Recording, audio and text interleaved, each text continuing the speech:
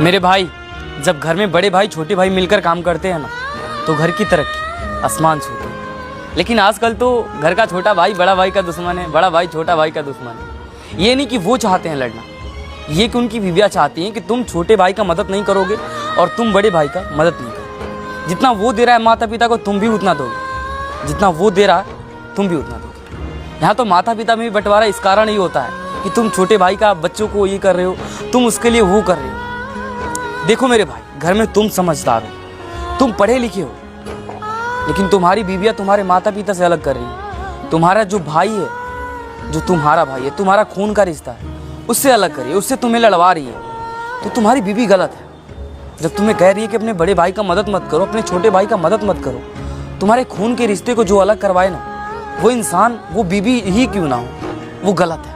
उसको तुम समझाओ कि मेरा भाई है, वो मेरे माता है, वो मेरे पिता हैं। उनको मैं चाहे मेरे को दो बात गलत ही क्यों ना बोल दे, मैं उनका साथ दूंगा, उनका साथ कभी नहीं छोड़ूंगा। और आजकल के रिश्ते में ना यही हो रहा है, बड़ा भाई को कोई मारता है, कोई छोटा भाई को मारता है, उसके लिए कितना नफरत पैदा कर देती है घर की बीवी।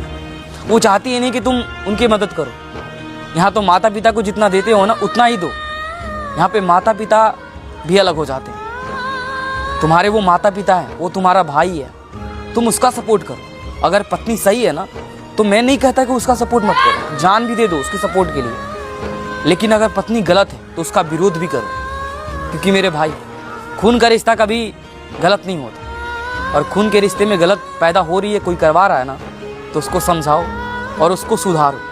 क्योंकि बीवी जो होती है ना, कभी कभी भटक जाती है। सुधारना तुम्हारी बात है, तुम पढ़े लिखे हो और तुम समझदार हो।